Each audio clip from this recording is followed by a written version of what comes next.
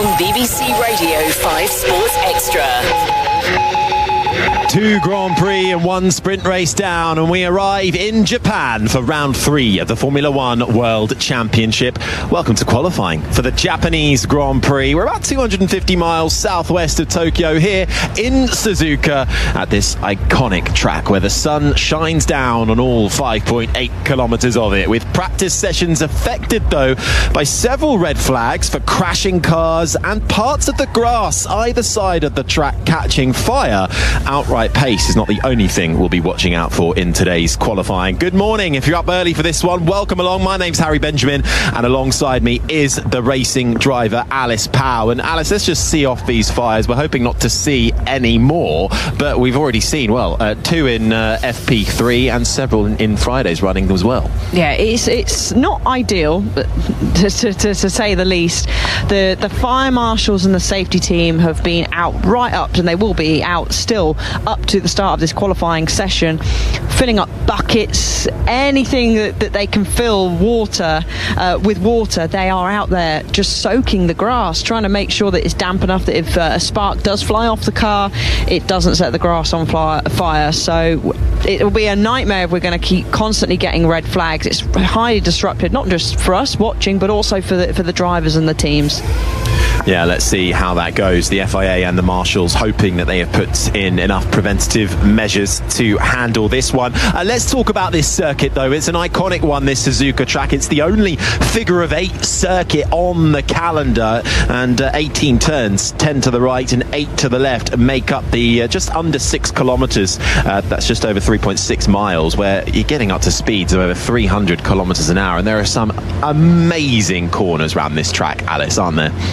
There is. It's a real driver favourite. It's certainly a challenging track. There's no room for error. You make one small mistake, and we've seen it from Jack Doohan not closing his DRS in free practice 2 and firing it into the wall at turn 1, from Fernando Alonso just touching the grass into turn 8 and then getting stuck in the gravel. So that first sector is probably the most iconic of this circuit. That famous S's. You're going up the hill through turn 3, 4, 5, 6, a roller coaster, hugely challenging.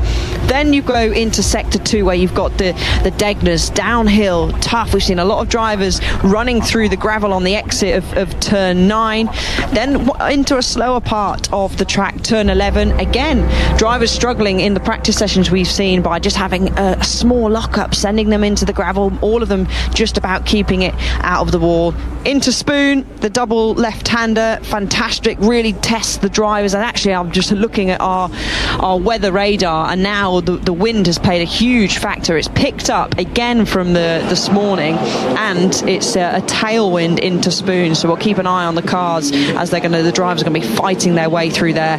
Finally then into the final sector, 130R, the flat out famous left-hander, and then heavy on the brakes into the final chicane. Track's also been resurfaced in that first sector as well. How does that affect things? So the drivers have been saying it's actually a big positive. It's smoothened the surface out a lot, and lap times are much faster than we've seen before. So actually lap times are a couple of seconds quicker, and majority of that is in that first sector. Just more grip, Harry, and racing drivers love more grip. Absolutely, more grip equals more speed, and that is certainly what they carry heading into turn 1, getting up to 265 kilometres an hour. You don't even brake going into turn 1, you take it flat and then you apply the brakes as you come into the second part of the right-hander through turn 2 and try and scrape off some of the speed. And well, the fastest cars so far this weekend, Alice, have looked like the 2 McLarens. Lando Norris and Oscar Piastri exchanging fastest laps across the practice sessions we've had so far. They really are the team to beat. They are. They didn't look great in the first couple of practice sessions. I did notice in free practice 3, both of the drivers adjusted their line in the chicane. It was earlier on in the weekend, it was not riding the curbs particularly nicely through there. Okay, they had the pace, but the drivers were quite vocal in saying, yeah, there's certainly areas that we need to work on, and they're struggling slightly, but they seem to adjusted accordingly and looking particularly strong. But so's George Russell. He pulled out out a good lap time, looked strong in the first free practice session yesterday, and he was strong again in this final practice session, free practice 3, only a 10th shy of Lando Norris at the top spot. Yeah, George Russell's never qualified higher than 8th here in Suzuka, so we'll be looking for a good run. Mercedes, in the hands of Russell, have had a great start to this season. 2 podiums to George Russell's name from 2 Grand Prix as the green light gets underway, and the first part of qualifying is go with 17 minutes and 49, 48, 47 seconds remaining as they peel out from the pit lane, which feeds you right into the apex of turn 1. In this first qualifying session, we will eliminate the slowest 5 drivers as we set the grid for Sunday's Grand Prix.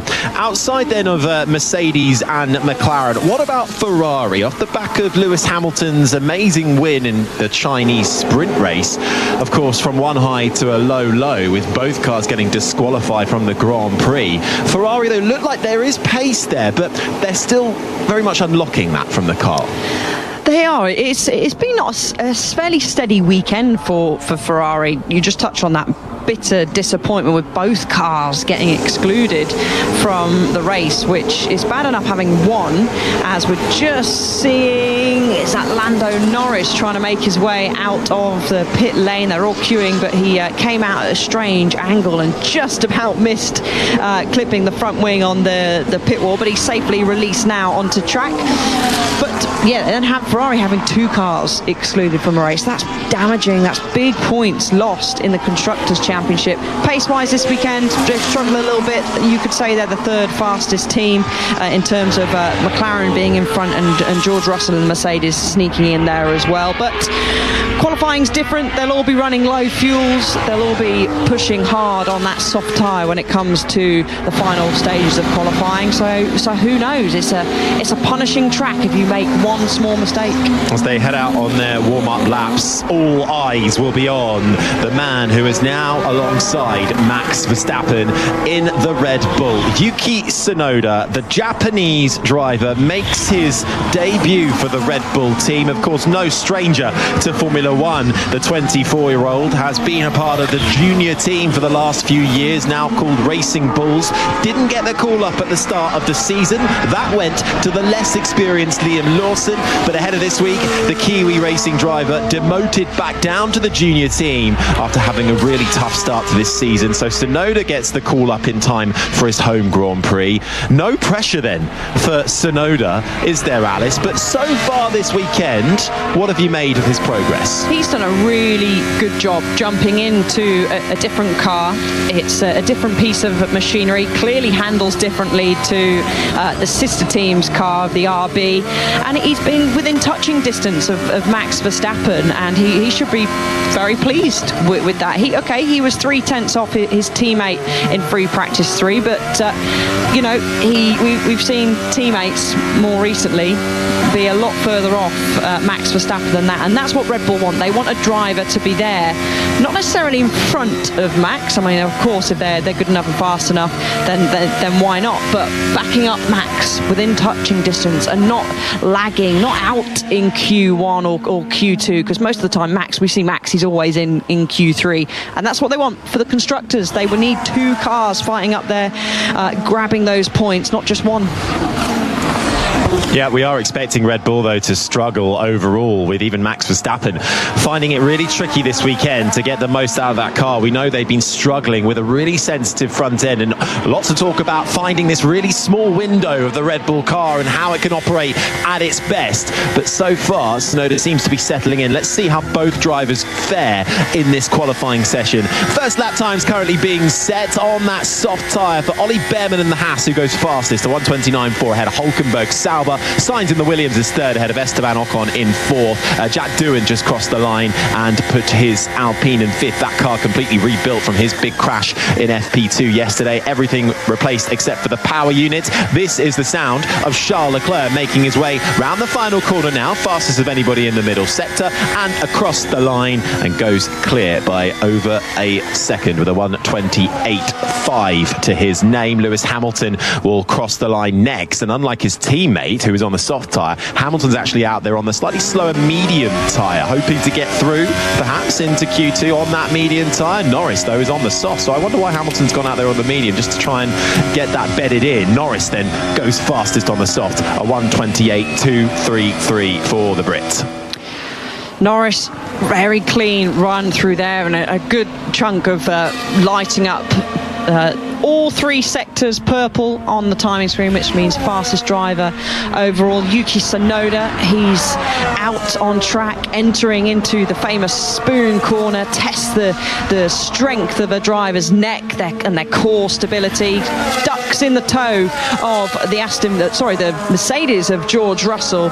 He's already, though, 3/10 down to Lando Norris. He's got a little bit of traffic in front of him as he enters the final chicane. Fernando Alonso kindly steps out of the way, has over one curb, then another for Yuki. He's going to cross the line, Harry, but it's not going to be challenging Lando Norris at the top. It's going to put him up, though, into P3 for the moment. About 4/10 back, but the Japanese fans lapping up every minute of Tsunoda in a white liveried Red Bull to pay homage to Red Bull's partner Honda. They've gone for a white livery inspired by the first Honda F1 winner from 1965, won the Mexico Grand Prix in the Honda RA 272. Richie Ginther at the wheel of that one, and paying homage to their partner in what will be the final year of Honda and Red Bull's partnership.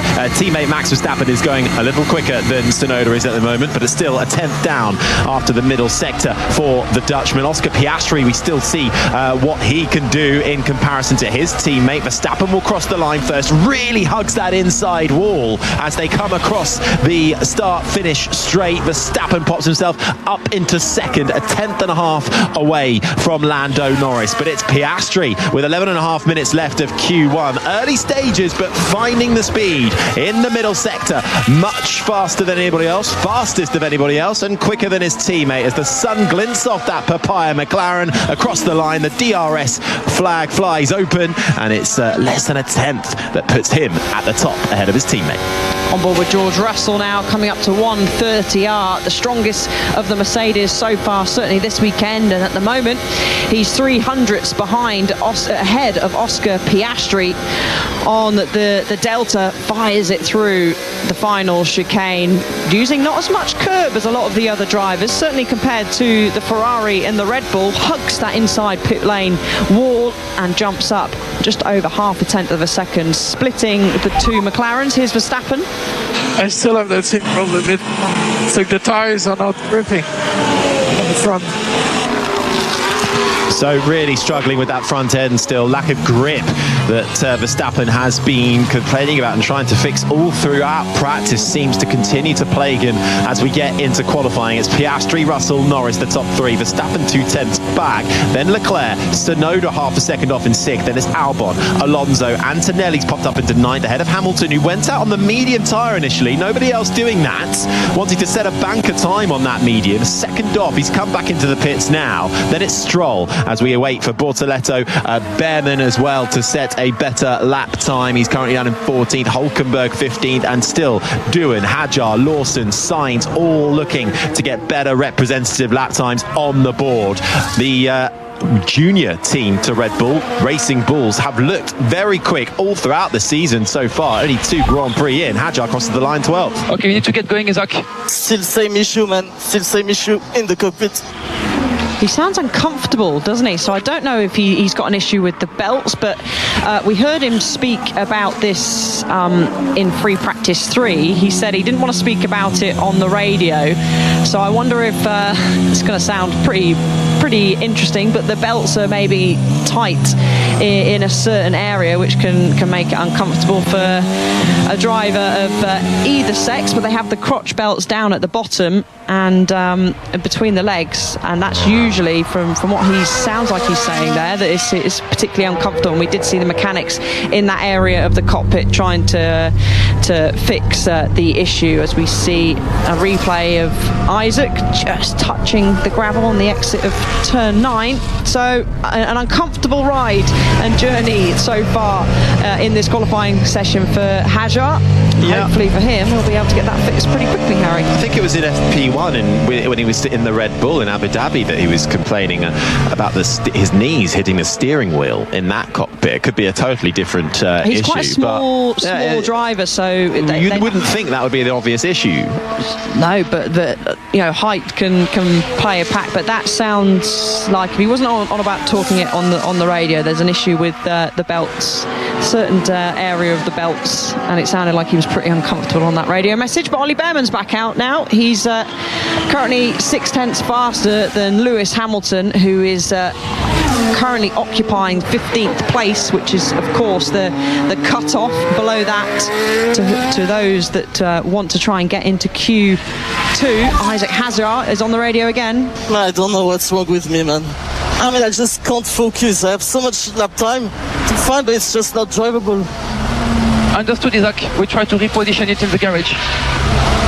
Okay, so Hadjar is really struggling out there. He's fallen down to 17th. He has come back into the pit. So whatever is the issue for Hadjar in his Racing Bulls cockpit, the team will try and sort that out as the lap times continue to increase. Charles Leclerc has gone quicker in the Ferrari and put himself up to second. A reminder, this is the first part of qualifying where we will eliminate the slowest 5 drivers. Right now, that's where Lewis Hamilton finds himself down in 18th position, looking to go quicker. He was on the medium tyre initially. He's now come back out onto the soft, so we should see him rocket up the list to join his teammate. They look fairly close so far this weekend. Alonso, Antonelli, Hadjar and Stroll are the ones in that bottom 5. Liam Lawson just on the cusp in 15th. This is the sound of the 7-time champion, the man who has a 100% Q3 record around this circuit. Won here a few times as well, back in 2017 and back in 2014, 15, 17, 18, and when it was in Fuji back in 2007. He has an affinity with Japan, does Lewis Hamilton, and has a few pole positions to his name as well, with a couple of corners left to go in this first part of qualifying, just trying to get through into the top 15. Cross the line for the Ferrari driver, up into 6th. Lost a bit of time in that final sector. He did. He's closer than he was for his previous run, obviously on the medium tyre. Has a little look in his mirrors. We're going to get a replay of Ollie Behrman, flies over the final curb in the chicane.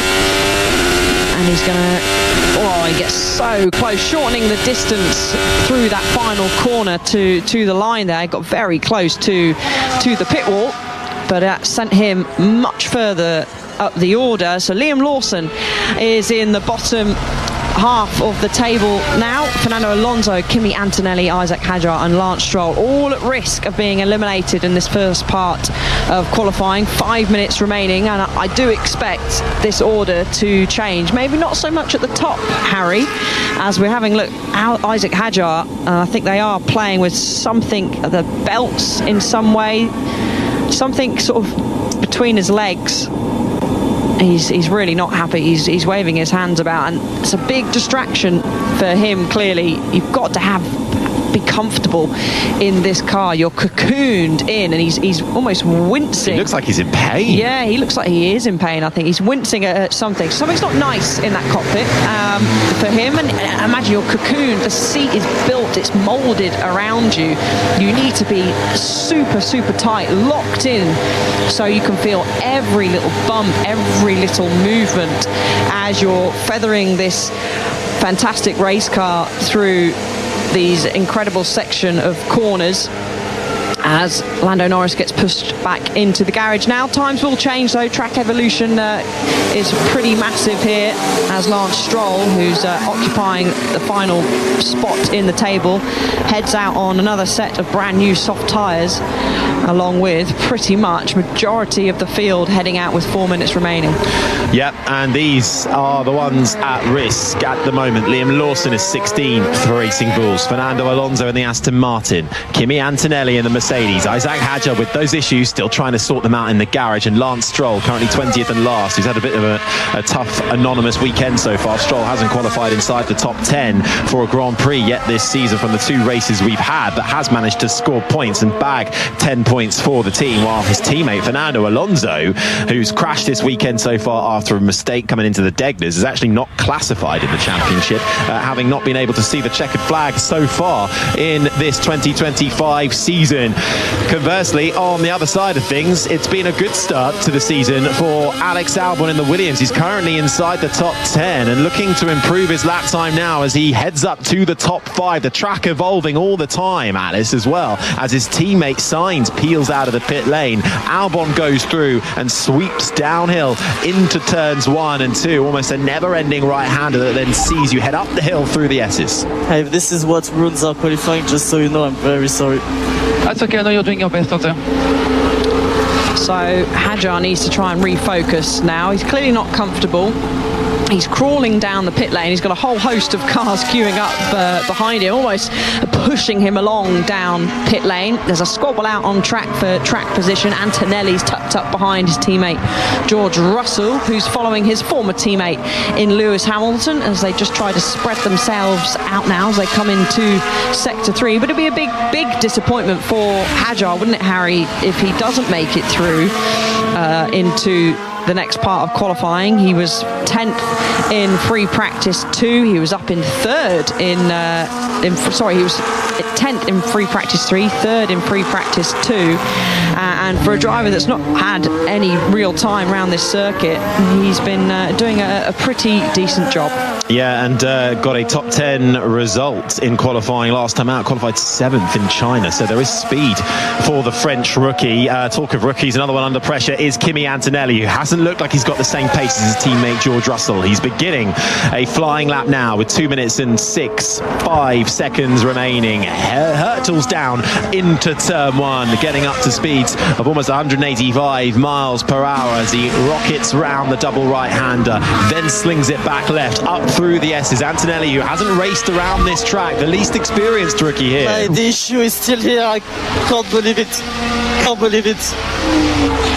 As Hadjar cries for help on the radio, he's finding himself down in 19th and struggling. Antonelli up on time to get himself through into the top 15, but time's improving everywhere you look. It's everyone down from really Gasly, Hulkenberg, Doohan, Ocon, Lawson, Alonso, then Antonelli, Hadjar and Stroll, all finding time. Apart from Hadjar, he's just coming to the end of his outlap, so let's see if he can find any more. But for Antonelli, hoping to get through into Q2 and try and close the gap between him and his teammate George Russell. Fastest times at the moment belong to Lando Norris. He's stayed in the pit lane. He's not coming back out. Neither is Charles Leclerc. Max Verstappen has managed to get to within a 10th at the top. He's just popped up into 4th as Piastri sets the benchmark and goes fastest of anybody. Meanwhile, Antonelli is up 6/10 through the middle sector and looking good. Tsunoda gets himself up into 6th spot as Hamilton joins his teammate up in 5th. At the moment, Alonso, Antonelli, Hadjar and Stroll all in trouble here. Not for Antonelli. Fastest in the final sector, gets himself up and into 7th. Fernando Alonso needs a good lap time here. He's up on time in the middle sector. Doohan is the next one at risk. He's out of a lap, having crashed out in FP2, really trying to rebuild his confidence. Liam Lawson, having been demoted down to Racing Bulls, having qualified towards the back in both Grand Prix for the Red Bull. That's where he currently finds himself, in the Racing Bulls, and right now he's not setting the world alight on what will be his final lap. Fernando Alonso gets up into 12th. Sainz and Albon also up there in the top 10. So it's Gasly, Doohan, Hadjar all out there vying to get through. Hulkenberg's on the bubble as Pierre Gasly gets his Alpine up into 9th. He does. Let's look out for Jack Doohan. He's the next car behind, isn't able to do it. He stays in 16th place, having a little bit look further down the order. Behrmans into 12th, riding on board with Hadjar now. Whatever's bothering him has not bothered him too much in this final run. Up to 12th place, Harry. And let's see if Liam Lawson can do it as Hadjar gets through. Lawson is currently down in 19th. Ocon up to 15th. That puts both Saubers down, but Hulkenberg is still out there on a lap and does and should get through as he comes across the line. What's it going to be for the Sauber of Hulkenberg? Just gets through into 15th. That saves Alonso's in 14th. Ocon knocked out in 16th. Gabriel Bortoleto will not make another lap time go well. Liam Lawson is in trouble. Bortoleto gets up to 16th. Liam Lawson, what can he do? It's looking okay. It's going to be on the fringes for Liam Lawson. He just does it. Gets himself up into 15th by a whisker as Behrman, last car to cross the line, gets his Haas up into 12th. Good turnaround for the Haas driver, who looked like he was languishing towards the back in these early stages. But out then, at the end of Q1, the two Saubers, Hulkenberg 16th, Bortoleto 17th, then comes Esteban Ocon in the Haas, Jack Doohan's Alpine is 19th, and 20th and last, a struggling Lance Stroll in the Aston Martin. It was a really poor sector from Liam Lawson. Sector 1, that's where he would have lost a lot of time, so then he was up against it in the remaining two sectors.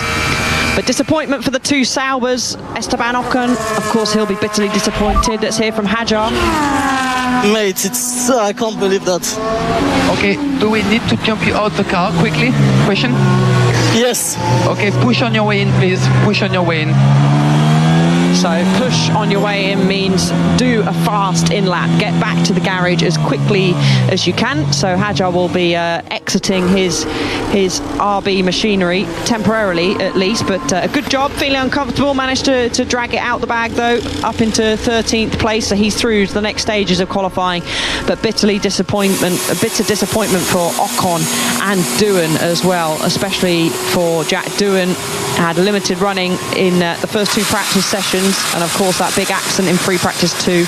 The mechanics worked overnight to fix his car, but Lance Stroll stares with a shake of the head at the timing screen.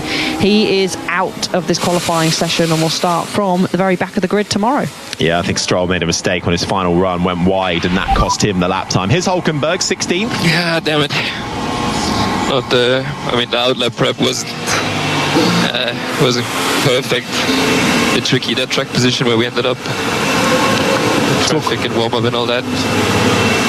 Talk about fine margins, though. 16 thousandths of a second is what separated Hulkenberg and Lawson. Lawson making his way through into Q2, and Hulkenberg consigned to the garage. So when he's talking about prep on the outlap, that's just how you're going to bring in the tyres, the preparation, using the brakes, the right amount of force and speed to heat up the tyres. And if you're not in the most ideal track position, that process can be either not quick enough or it can be rushed. But we're probably going to see a slight error from him, in that middle sector going through the exit of turn 9.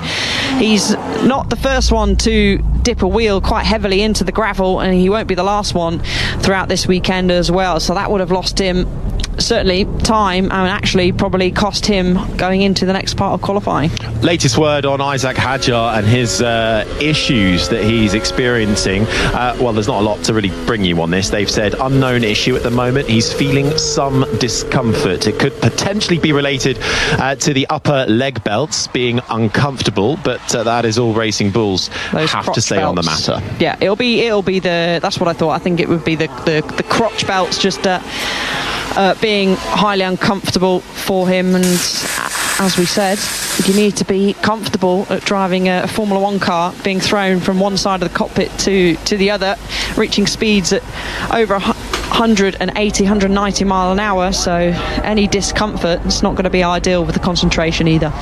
Well then, just a reminder then who we've lost in the first hurdle. Nico Hulkenberg in 16th, his second Q1 elimination in the first 3 races this year. Gabriel Bortoleto 17th, just less than half a tenth of a second slower than his more experienced teammate Hulkenberg. Esteban Ocon 18th, out in Q1 for the first time in Suzuka since 2016. Jack Doohan 19th after what has been an incredibly tough weekend for the Australian rookie with his big crash in FP2, and Lance Stroll, who gets knocked out in Q1 here in Suzuka for the 4th consecutive year. He made a mistake coming up through the S's, ran wide on his final lap. That's what cost him the lap time. I'll tell you what will be good news, not only for the Japanese fans that are absolutely packing out this grandstand, but the fact that I would actually say that Red Bull's change has already been immediately vindicated by the fact that Tsunoda is up there right behind his teammate in 7th, or am I jumping the gun too too early? No, I think it's been a positive change. Looking at across the practice sessions, time-wise, comparing the two, he's a whisker, isn't he, Yuki Tsunoda, behind Max Verstappen. It's his home Grand Prix, so that's added pressure because every driver wants to perform highly at their home Grand Prix, and we know what pressure and expectation comes along with that second Red Bull seat. But he's taken to it quite nicely, his Yuki. He's matured over the past few seasons that he's had in Formula One. You can tell with his responses on the radio, the way he's talking to the team, they're impressed with the job that he's been doing so far. So he'll be looking forward to just try and stay as close, if not in front of Max Verstappen, because, you know, if you're out qualifying Max Verstappen, you're doing a pretty decent job. But it's so important that just to be close, because it's so tight from second through to 8th at the end of that first qualifying session, just over a 10th separating those cars. So we talk about if a Tsunoda can be within 3 or 4 tenths of Max Verstappen, well, at the moment that would see him right at the back. So this is a great start for the Japanese driver. Let's see though if he can carry that progression through into Q2. We have now lost the slowest 5 drivers. We will continue to knock the slowest 5 out in this second part. 15 drivers taking to the field. It is seatbelt problems for Isaac Hadjar, the French rookie in the Racing Bulls, which they are trying to fix as we get Q2 underway. 14 minutes and 44 seconds remain, and Max Verstappen is the first man out on track, the man who took pole position here last year, a man who made his debut here in a Formula One car. FP1 for Toro Rosso back in 2014. He returns as a 4-time champion in 2025, but with a car that doesn't seem capable of challenging for pole position as it currently stands. No, certainly doesn't.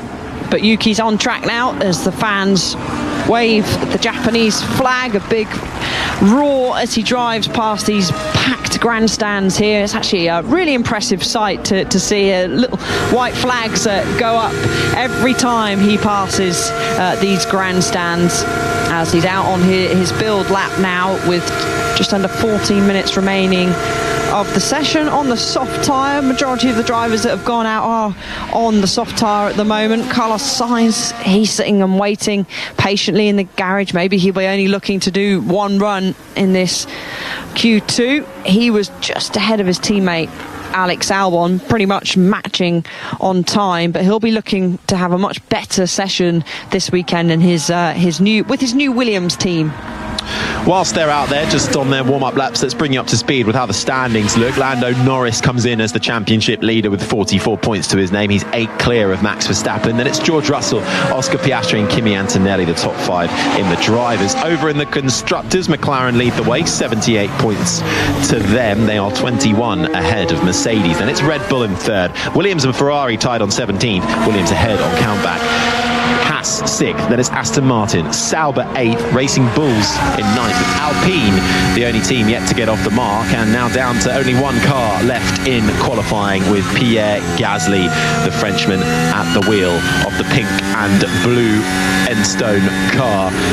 This is the sound then of Max Verstappen making his way up through turns 5 and 6, up through the S's, then it slightly drops downhill before you're heading back up on yourself again through the Dunlop curve, round the left-hander, almost a never-ending left-hander. The steering wheel slightly arced to the left before you whip it round to the right. Almost runs a bit wide there, does Verstappen. Kicks up a bit of dust out through the second Degner, keeps it nice and neat and tidy, and heads towards the hairpin, down through the gears, into the brakes, slightly downhill braking before you're onto the throttle. Try and keep the rear as neat as you can. It's the front end that seems to be really bothering Max Verstappen with this Red Bull car and the drivability of it, trying to get the tyres to find that grip along with the setup in the front through Spoon.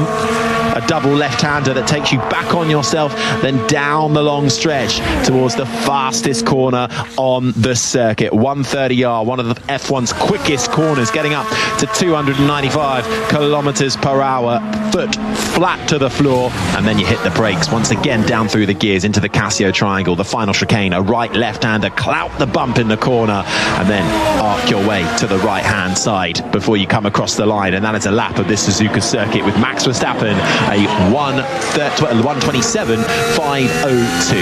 Yeah, Yuki Tsunoda's a little bit off Max Verstappen at the moment. 2/10 looking at the sectors. Lando Norris has just gone fastest of anybody in that first sector. That McLaren is particularly strong, and certainly with Norris behind the wheel in that first sector. Yuki navigating a little bit of traffic into the final chicane. A lot of that inside curb, maybe a bit too much as the car hops over to the left. He'll tuck up and hug the pit wall as he follows it round turn 18, but quite a disappointing lap from Yuki, only a 1:28.1, so 6/10 adrift of his teammate Max Verstappen. Pierre Gasly pulls out an impressive lap for the Alpine, up into 4th place, 1:27.9, but Norris is absolutely lighting up the timing sheet. This is going to be a fast time from him, and it is 4/10 clear of Max Verstappen, a 1:27.1, easily and by far the fastest time we have seen all weekend.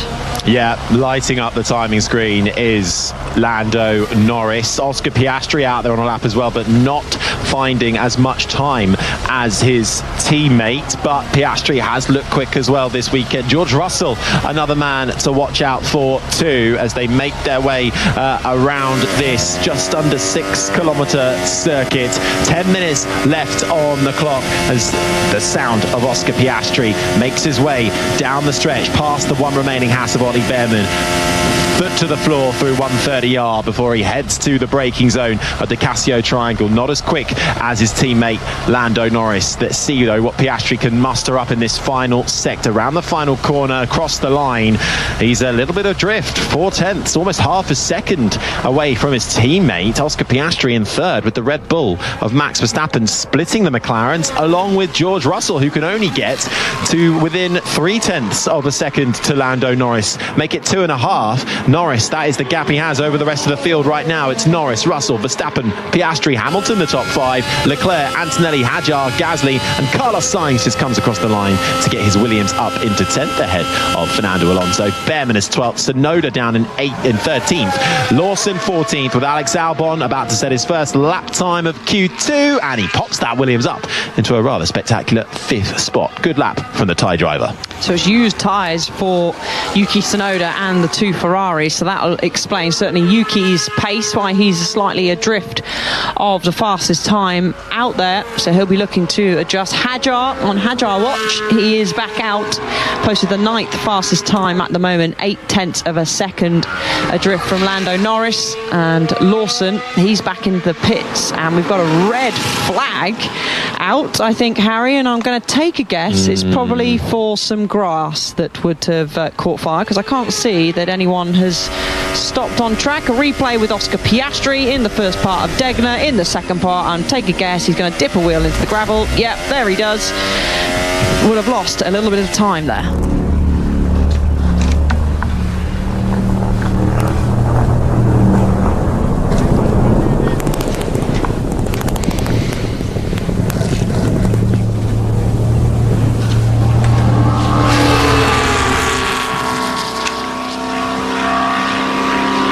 And you join us just as we have received a red flag, as the grass has caught fire again. We're just seeing live pictures of this at the moment. So we're in the middle of the second part of qualifying as the grass has caught fire. The marshals have been watering the grass, dousing it with buckets of water to try and prevent this. We got through the first part of qualifying fine, but now the cars all have to come back into the pits, and this will delay qualifying once again. So this issue continuing in terms of the on-track action. Well, so far no big names have yet to fall out from qualifying. We've lost the likes of the 2 Saubers, the Haas of Ocon, Jack Doohan's Alpine, who had a big crash earlier on in yesterday's session, and Lance Stroll's Aston Martin. But we will have to take a pause to the running for the time being to deal with the latest fire.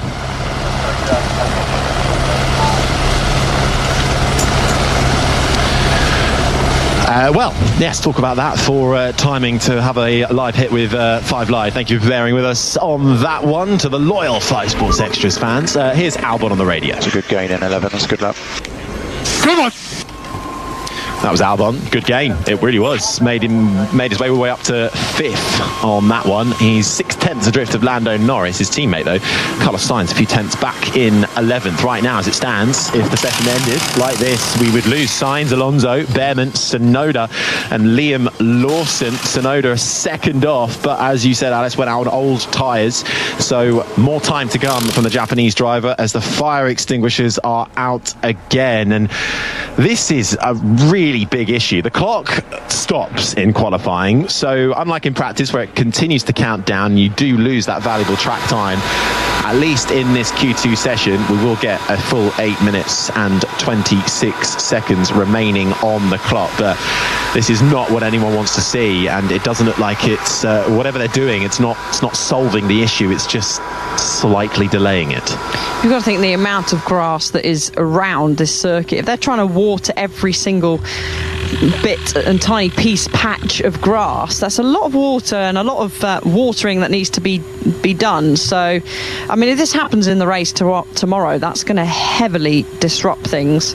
And the last thing we want is there being numerous red flags during a race, let alone a qualifying session, that's going to disrupt things, disrupt the flow of the race, could affect the result of the race, could affect the result of qualifying as well. And it's not like with people making an error out on track, it's pure and simply just this grass catching fire. So hopefully more work to be done, or will be done, overnight by the FIA and the team. Well, hearing there is talk of doing some preventative burning of the grass ahead of tomorrow's race to try and stop it from catching fire during the Grand Prix. The FIA have just said that the grass fires on the inside of 130R, given there's about 8.5 minutes left on the clock, it's been decided to red flag the session and resume once the fire has been put out and the area watered again. So they'll focus on putting it out first of all, then watering it, and I imagine they'll take the opportunity to further douse the other areas of the track as well. At least I hope they will, and we'll get this session back underway. There's a bit of cloud cover coming across from over the Suzuka circuit, greying a little bit. Track temperature just above 31 degrees, air temperature 14 degrees. We've had the first part of qualifying when we lost Nico Hülkenberg, Sauber along with his teammate Bortoleto, Esteban Ocon, Jack Doohan and Lance Stroll, and with 8.5 minutes left on the clock in Q2, we still are waiting to see the full outcome of how this pans out. But Andrew Benson, BBC's F1 correspondent, I mean, we saw the first fires of this kind of nature back in China last year, but this really is an ongoing problem here in Japan. Yeah, this is the 5th fire now, so there's 5 red flags as has been caused by these fires. Now, they were talking between final practice and qualifying about preemptively burning the areas that look most at risk of catching fire. The organisers weren't keen to do that because obviously it's going to look really bad if you have large areas of burnt out black grass all the way around the track. Also, environmentally, it's not a particularly great thing to do. But they decided not to do it between P3 and qualifying because there wasn't enough time in between the sessions and because there was too much risk of the sponsorship and advertising branding catching on fire if it wasn't properly controlled or monitored. But I think they're going to have to revisit that as an idea, because otherwise we're going to have lots of safety cars in the race while they're putting out grass fires, and that's obviously not a great look either. No, it's not, is it? Thanks, Andrew. For the fans in the grandstand as well, having to just sit and wait through yet another red flag. Although, message from race control, the estimated time of Q2 resumption will be 3:39 local time. So that's about a couple of minutes away from now. So that's all fine, because so far what we've seen is when we have the fire, they can put it out, we get going again. It's just a matter of time of waiting till the next fire happens. And we think these are being caused by the sparks that are flying from the underside of these cars, heading for the really dry and yellow grass that it circulates and surrounds this Suzuka circuit. So, I mean, as a driver, Alice, are you just sort of ignoring this? Because at the end of the day, all you have to do is focus on putting in a lap. But surely this kind of stop-start nature of the same problem plays a part eventually. It definitely disrupts your flow, but then again, it's the same for everyone. Everyone's in the same boat. The red flag comes out. It's not because, like I said, anyone's had a crash and you've not been able to get your lap in. It's pure and simply the grass is catching fire. So same for everybody. Same sort of pressures for everyone in terms of you need to get on with it and set a benchmark potentially early if this is a reoccurring problem, which it does seem to be. So the two Ferraris are down, queuing already at the end of the pit lane with about 20 seconds to go before the cars will be released. Time has stopped, as Harry's already said, with 8 minutes and 26 seconds left on the clock. A few more engines fire up as a few more cars go out to look to queue towards the end of the pit lane. So Lewis Hamilton is on a brand new set of soft tyres. Same with Charles Leclerc. Their first lap times of Q2 were on an old set of soft tyres. You get more performance, more grip, of course, from a new set because they've not been used. Back underway then for Q2. 8 minutes and 12 seconds remain as the green light comes on at the end of the pits, and it is the two Ferraris who head straight at Lewis Hamilton, followed by his teammate Charles Leclerc. I tell you what, no one else in too much of a rush to head out there in these final 8 minutes. It will be a busy session. In trouble are the likes of Carlos Sainz, Fernando Alonso, Ollie Behrman, Yuki Tsunoda and Liam Lawson, all needing to put in extra lap times.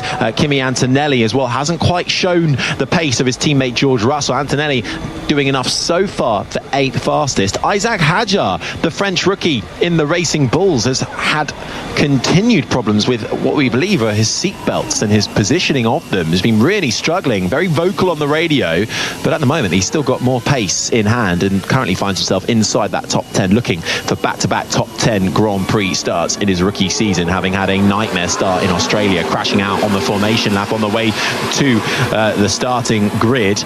Has made up for that by showing some pace, but yet to get any points on the board, whilst his old teammate Yuki Tsunoda was able to grab some in the sprint in China. So let's see how the next 7 minutes unfold then. Two Ferraris, I think, have played this quite nicely, got the track to themselves. Of course, they'll be the first ones out there. They'll just be hoping that by the time they start their flying laps, not everybody else is about to peel out of the pits. We'll find out in a minute as Lewis Hamilton makes his way round the final corner to start a flying lap.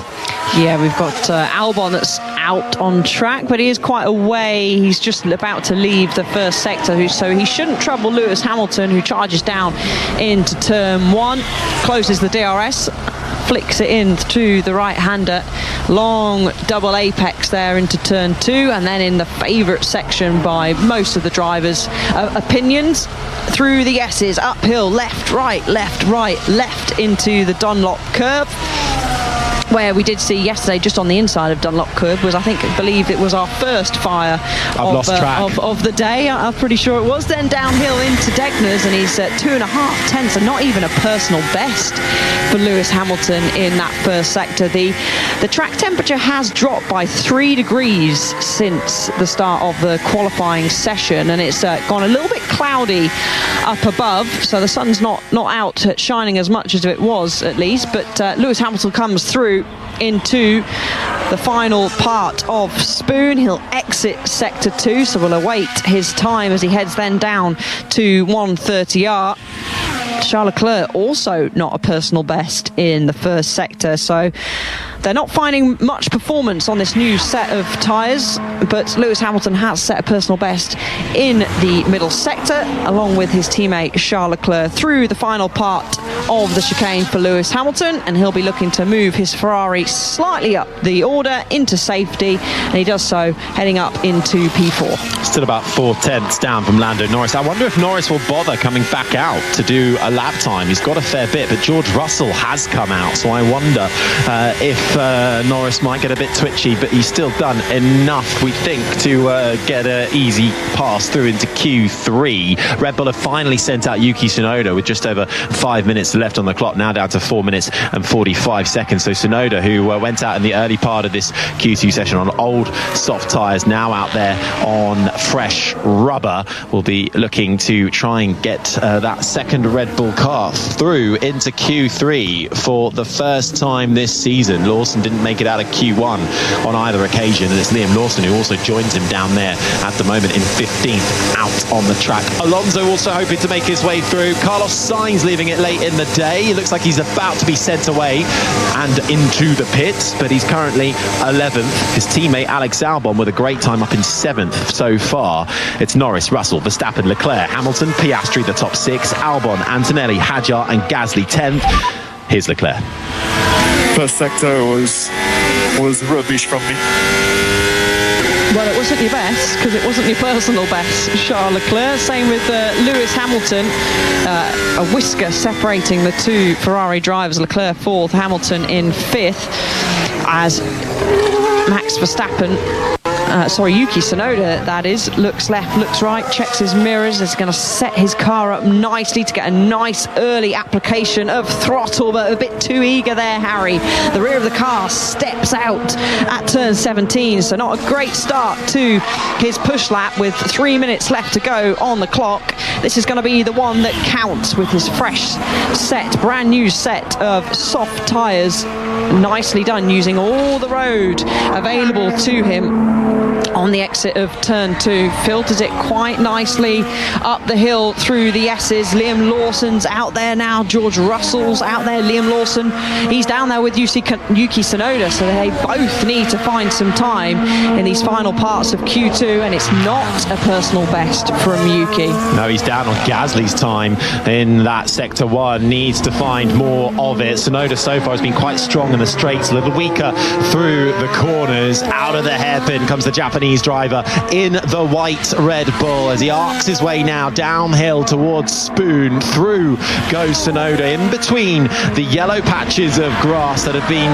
talk of the town so far, into that double left-hander, needing to find more time there. Runs a little bit out wide. The Williams of Carlos Sainz in his way in the middle of the track, but Tsunoda carries through down the stretch. He's up in the middle sector, but not by much, just over half a tenth of a second towards now the final chicane. Hits the brakes down through the gears, clouts that inside curve, then it's straight into the left-hander. Little bit of a twitch on the steering wheel before he can get his foot flat to the floor. Will hug the pit wall. It's only enough for 11th, 8/10 adrift of Lando Norris's time. He might well, if he's got enough life in the tyre, be able to go again with 1 minute and 50 on the clock. Lawson is also up on time down in the Racing Bulls, but only by half a tenth of a second. Fine margins in these closing stages of qualifying 2 here at the Suzuka circuit in Japan. It's the Racing Bulls driver of Liam Lawson who gets himself up into 10th. Could Lawson be looking at a first Q3 appearance this season? The irony of being demoted to the junior team and doing better. I mean, looking at the timing screens, Harry, Gasly's on a pretty decent lap. He has set a very good first sector. Fernando Alonso, he jumps up into 10th, so he's knocked Lawson back down into the drop zone. Then Behrman, a stunning lap for him, goes up to 8th, so Alonso is being shuffled down to Gasly. I expect him to pop up.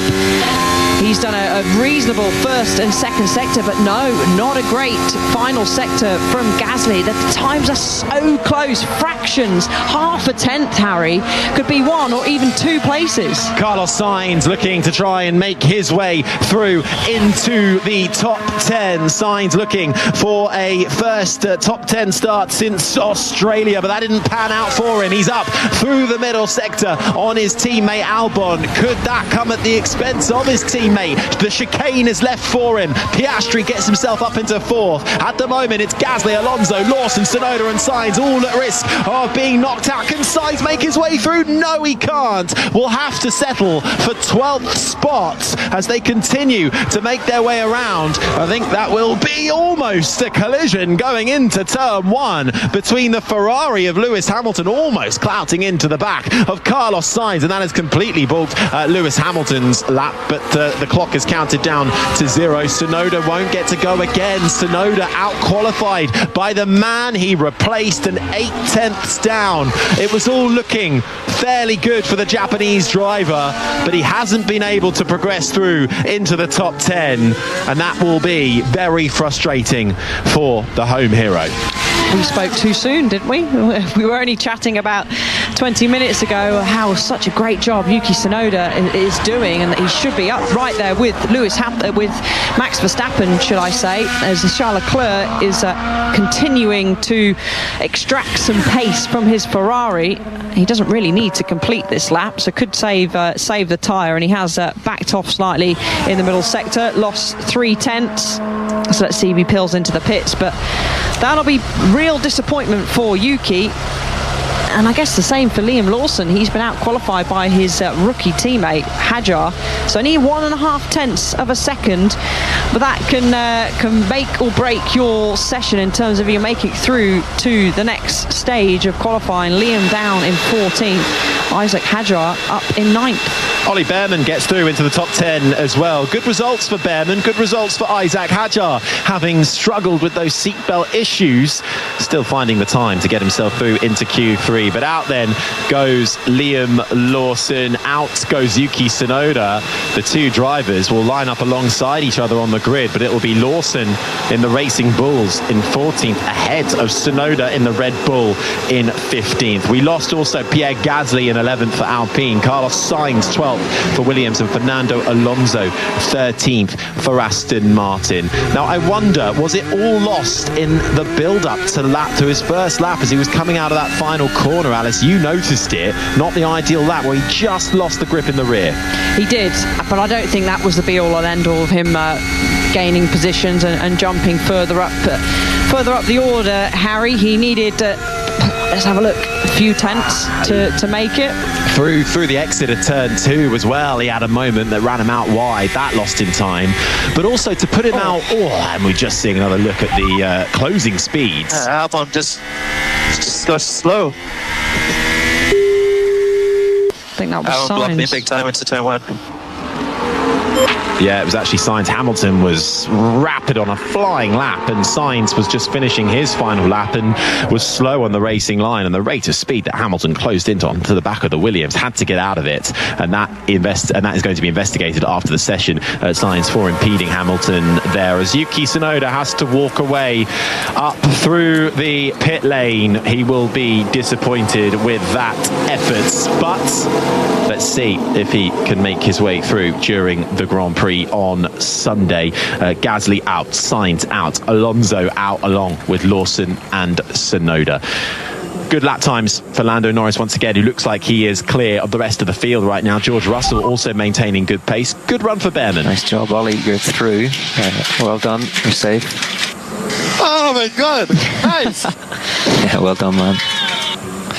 Oh, he's just like a kid in a candy shop, isn't he? Every time he steps foot in a Formula One car, even when it's disappointing, he still seems to come out with a smile on his face. So great job for him making his way through into the final stages of qualifying. His teammate Esteban Ocon was out at the first stage, down in 18th place. So a positive start for this weekend for the youngster, Oliver Behrman.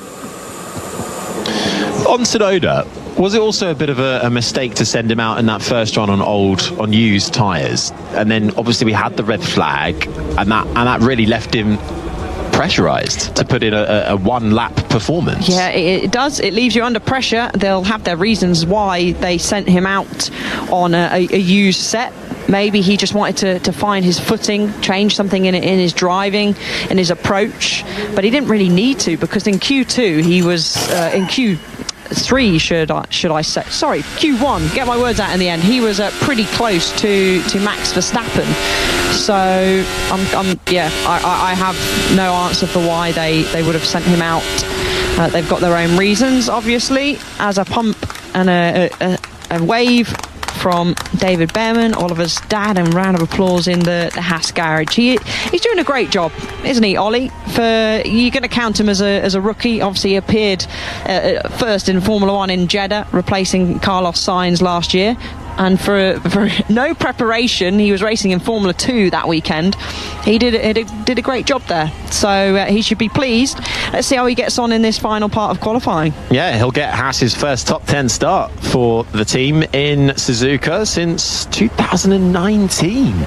So really great result for Ollie Bearman and his first top 10 start of the year. Best qualifying so far came in the Chinese sprint, where he started 12th. His teammate Esteban Ocon, though, will be disappointed with his efforts, down in 18th. Just a reminder then who we'd lost so far at the end of Q1. Nico Hulkenberg was 16th ahead of his Sauber teammate Gabriel Bortoleto. Esteban Ocon in the Haas behind them. Jack Doohan in the Alpine, and Lance Stroll 20th and last for Aston Martin. And then just at the end of that Q2, Pierre Gasly was out in 11th ahead of Sainz. Alonso 13th, with Lawson in the Racing Bulls 14th, and Tsunoda in the Red Bull 15th. As there will be, I'm sure, some questions asked as to the run plans for both of those drivers, but ultimately good news on the other side of those garage. Max Verstappen managing to salvage yet again the most he can from a Red Bull. He finished that session up in third. And Isaac Hadjar, I have to say, continually impressed by the French rookie. Gets inside the top 10 once again, despite having some issues that have clearly made him feel quite uncomfortable. Yeah, he looks a little bit more comfortable now, as we're seeing pictures of him adjusting his gloves. He's not wincing, he's staring straight on, adjustments of the helmet, so he'll be pleased that whatever issues he had with his belts are all sorted. So good job for him, out qualifying his teammate Alex Albon, sneaking in there as well in the top 10 in the Williams, unlike his teammate Sainz, who ended up 12th. So the fans wait on. Max Verstappen, Lando Norris, he's never qualified on the front row at Suzuka, stares on. Is this going to be the day where he will take the honours in terms of qualifying pace here in Japan? But don't rule out his teammate. Okay, he was only 4th in that part of qualifying, but was looking particularly strong for the rest or the previous part of the session and the weekend. Well, looking to get the session started, or for Q3 at least, in the next minute or so. That's the message from Race Control. When you're sat in the cockpit, Alice, and you're waiting for that qualifying session to begin, I know a lot of the drivers have different rituals and things like that. What were you doing? You sort of closing your eyes, envisaging a lap around the circuit? What was your routine? I like to shut my eyes, visualise a lap. If it's a race start, for example, just practice with your pedals. There's a hand clutch with a Formula 1 car, obviously, but just taking note, keeping things simple of what you need to do, where you need to improve, where you can go quicker. As Ollie Bearman's down at the a rather lonely looking Ollie Bearman, has to say. He is. He's down, eager to get back out. He's so excited with making it through into Q3. He's about to be joined by Lewis Hamilton, by the looks of it, as the car's lowered to the ground. The tyre warmers are about to be released. Out goes Kimi Antonelli.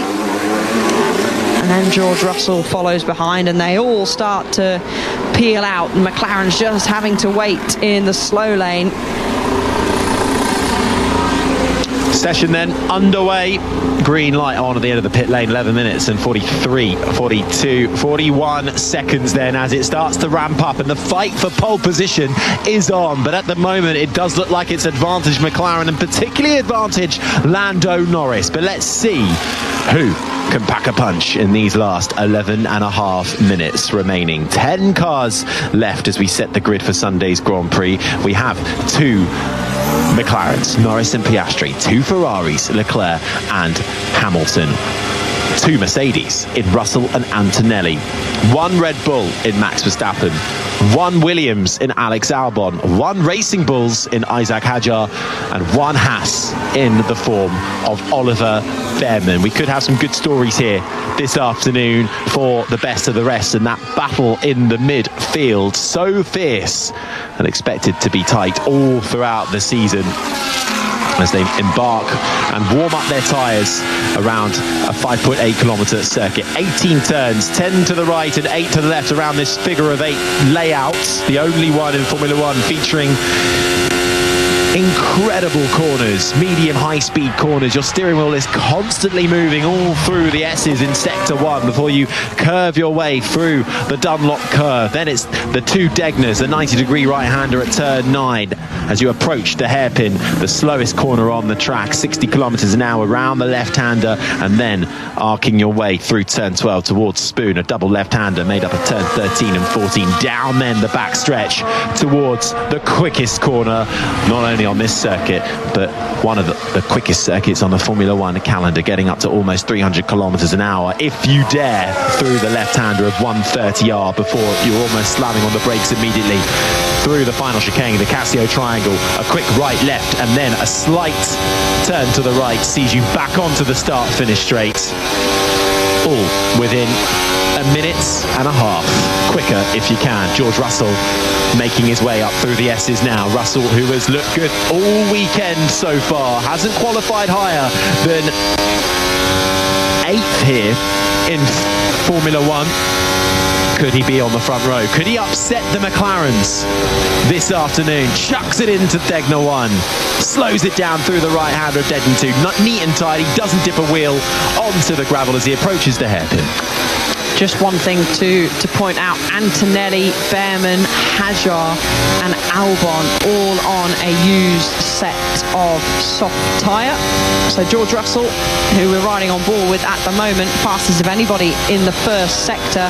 He's on a brand new soft, just waits to that front end to bite as he goes through the final part of Spoon. Camber isn't in your favour on the exit of Spoon, and traditionally you get understeer, the front waiting to grip through 130R, fastest of anybody in the middle sector as well. So this is looking a pretty decent lap for George Russell. Misses the first part of the chicane curve, but catches the second part, will hug the pit wall as he shortens the distance to the line, crosses the line, 127.3. Not as fast as we've seen in the previous qualifying session. Lando Norris was a 127.1. Norris is out there, not setting the world on fire at the moment. It's actually Max Verstappen, fastest of anybody in the middle sector. He goes slightly wide though, missing the first part of the curve in the chicane, but quickly released onto the straight. Oscar Piastri has just actually set the fastest of anybody in that middle sector, and he actually, Oscar, jumps right up to the top of the times, a 127.0. Yeah, didn't have the strongest of first sectors to Piastri, but really made up for it in the final two sectors. Norris isn't able to go quicker. He's about to cross the line now, hugs that pit wall, and it's roles reversed at the end of the first runs of Q3. Lando Norris fourth, whilst his teammate is 4/10 clear of him, up in first place. Provisional pole for Piastri. Max Verstappen second, a couple of tenths adrift. Russell third, then it's Norris. Hamilton crosses the line in fifth. Hadjar,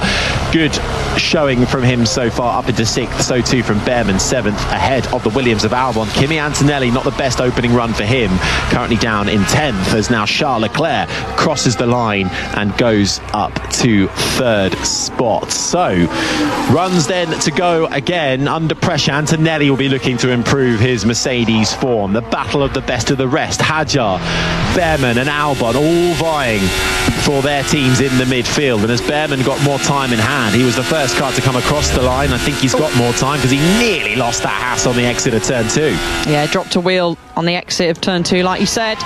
Kicks up the gravel, actually both left-hand side tyres dipped into the gravel, nearly kicked him out and sending him right into the wall, but he's back in, drink bottle in hand, TV screen goes up, he'll have a little look at the coverage, and also some data and analysis will be shown. But Piastri certainly has the dominance over Lando Norris at the moment. Lando was about 4/10 adrift of what his time was in Q2, so whether he was just taking it easy, but I can't imagine he was. So both McLarens will peel back into the pits, sit for a couple of minutes before they venture back out to try and improve on their pace. With that lap time for Piastri, he has just set the new outright track record for this circuit. He's taken it away from Sebastian Vettel's Q3 run back in 2019 by 127.052. Compare that to a 127.069 that Vettel achieved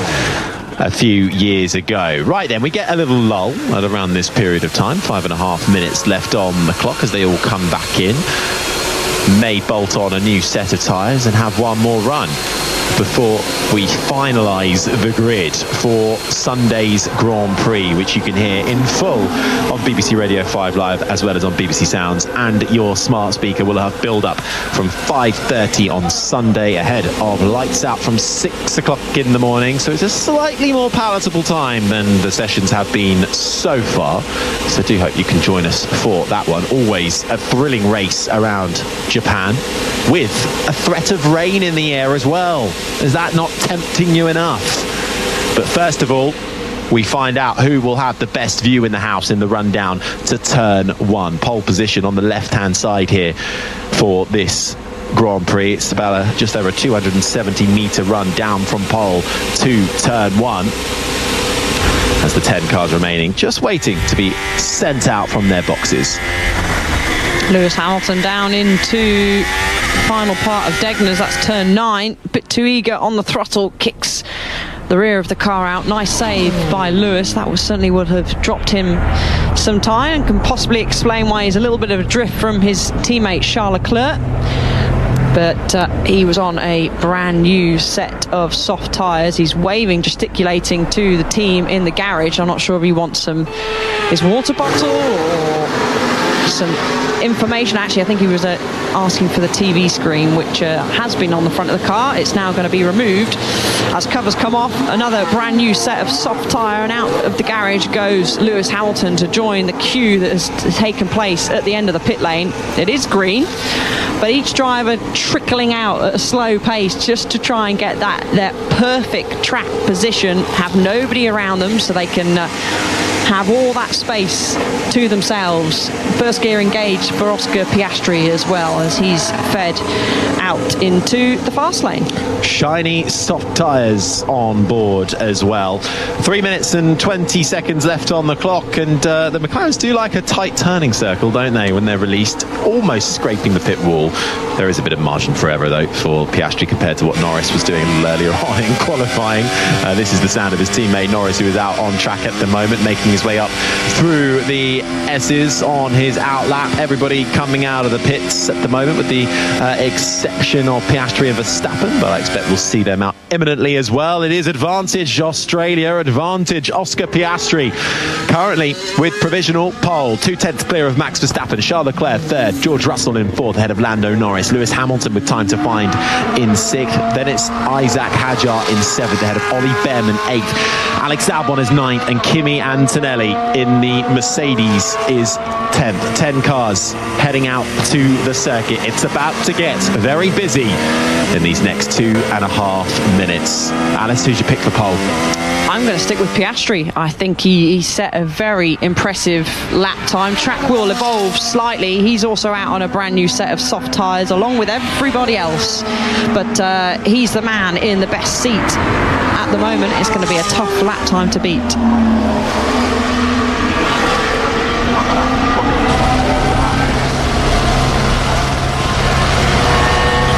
Yeah, good morning everybody. Welcome to Suzuka in the last couple of minutes of qualifying to find out who will start from pole position for the Japanese Grand Prix. We've already had one incident with fire once again erupting on the grass, catching fire from the sparks flying off of these cars. At the moment, we've been able to abate that for the time being and get some running in, and it is about to get busy. Alongside myself is the racing driver Alice Powell, and it is advantage at the moment. Oscar Piastri in the McLaren, his first lap time in this session, good enough for pole position at the moment. George Russell in the Mercedes is out there now on his final fly, has been looking quick, but actually made a mistake in sector one just now, didn't he, Alice? He did. A horrible error for him. The rear of the car just kicking out as he went through turn one, and then straight away into turn two. Isaac Hadjar, he has set a fairly decent first sector, but not as good as Lando Norris. He is a 10th and a half faster than his teammate Oscar Piastri, who's still on on his build-up laps, so we'll wait for him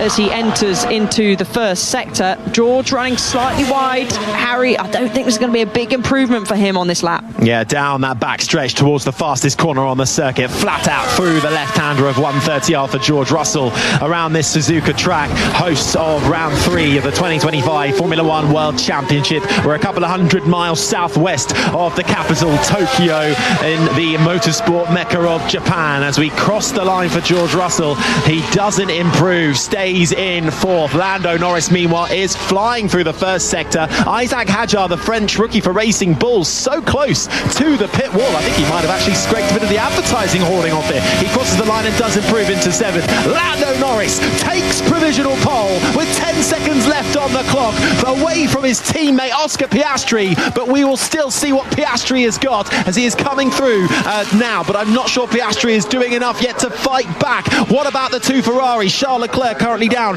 in 4th. Lewis Hamilton down in 8th and needing to find time, but it's the Williams of Alex Albon who comes across and takes the checkered flag first. He will have to settle for 9th. This is the sound of Max Verstappen in the white Red Bull, a special livery for this weekend. The Red Bull have been struggling so far. Just one Red Bull remaining after Yuki Tsunoda knocked out in Q2. One more corner to go then for Max Verstappen as Oscar Piastri goes fastest of anybody through the middle sector, and it's Max Verstappen out of nowhere who takes provisional pole by 12 thousandths of a second. Lando Norris bumped down to 2nd. Can Piastri do anything more across the line? No, he can't. By less than half a tenth of a second, Piastri has to settle for 3rd. And where did that come from? For Red Bull, struggling all throughout the weekend in a car described at times as undrivable. But it's Max Verstappen, the reigning champion, the man you never rule out, who sets pole position, Alice, for the Japanese Grand Prix. Wow, out of nowhere, like you said, Harry, what a lap from Max Verstappen, and you can see how happy he is. He's pumping his fists as he's bringing his car back round to line up in the number 1 spot, and that was really unexpected from Red Bull. And Piastri, he lost a lot of time in that first sector because he just set a blistering middle and final sector. If only he got that first sector nailed and together nicely, but it's Red Bull, and it's a team that we certainly did not expect to be qualifying on pole position this weekend, but never rule out Max Verstappen. That is insane. That is insane. Pole position. Yes, let's go! Wow, what a lap! Yes, guys! What a lap. What a lap, Max. Unbelievable. You've done it. I just... wow. Yeah, I'm really happy. Wow. Pure class, mate. Pure class. I think that might be the happiest I've ever heard Max Verstappen when setting a pole position, but it will be the Dutchman who starts the Japanese Grand Prix on pole ahead of Lando Norris's McLaren. Then comes Oscar Piastri 3rd ahead of the leading Ferrari of Charles Leclerc. In 5th is George Russell ahead of his teammate Kimi Antonelli. Isaac Hadjar 7th. Lewis Hamilton could only muster 8th for Ferrari ahead of Alex Albon and Oliver Behrman, the top 10. We will continue analysing all that we have just seen and the surprise of a Red Bull on pole position. That continues on 5 Sports Extra, and we'll have full detail and a breakdown of qualifying on the Checkered Flag podcast later on today.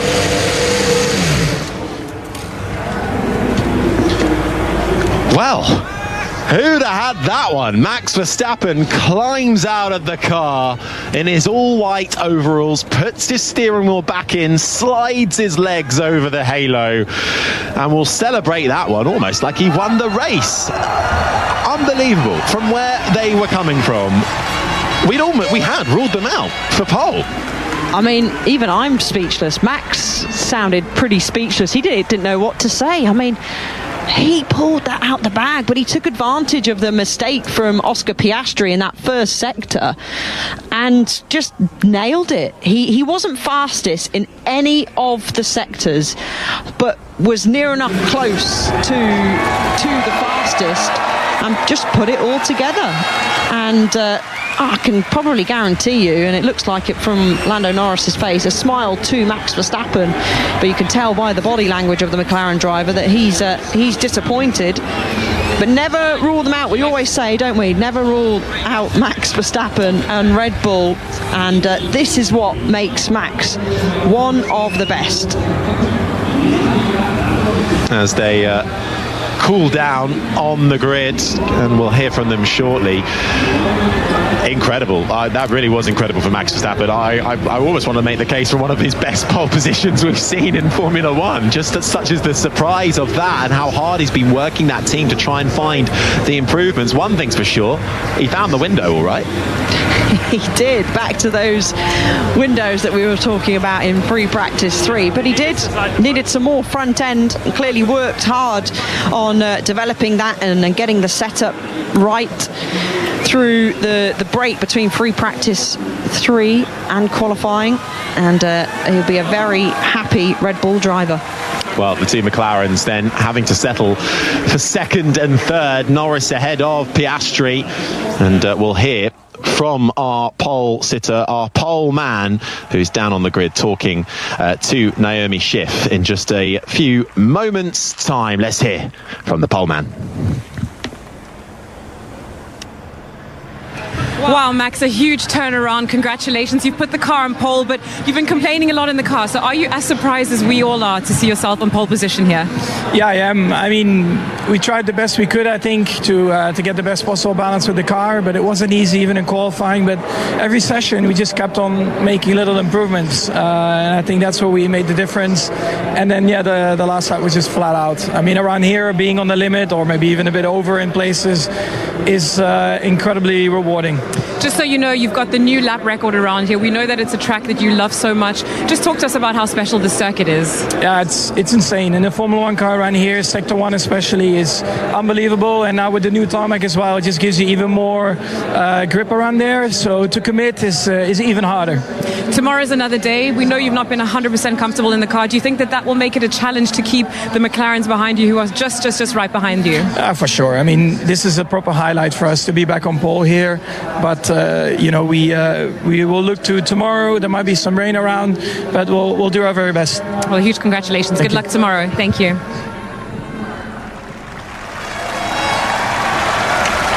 Pole man Max Verstappen. Here's Lando. Lando, huge congratulations. A lot of support from the fans out here as well. Fantastic performance out there. Maybe not just what you wanted, but are you happy with the fine margins out there?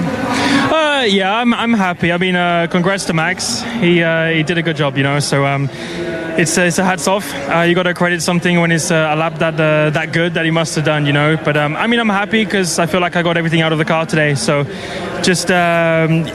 It's tiny. Was there probably that much in it? Yes, but Max did an amazing lap. So we're happy. I mean, for both of us to be up there, for us to be fighting for pole is good, but just not enough. Looking at things on screen, there was nothing wrong with your first lap that we could see, but you were half a second behind. Did that affect you a little bit in putting together your second lap, or do you think that didn't play a role at all?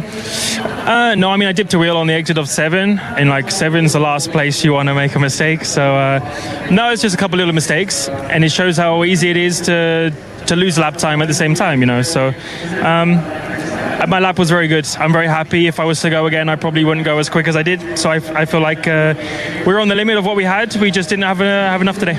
Well, you've got your teammate right behind you tomorrow. So do you think you two will be pushing to get another McLaren victory this season?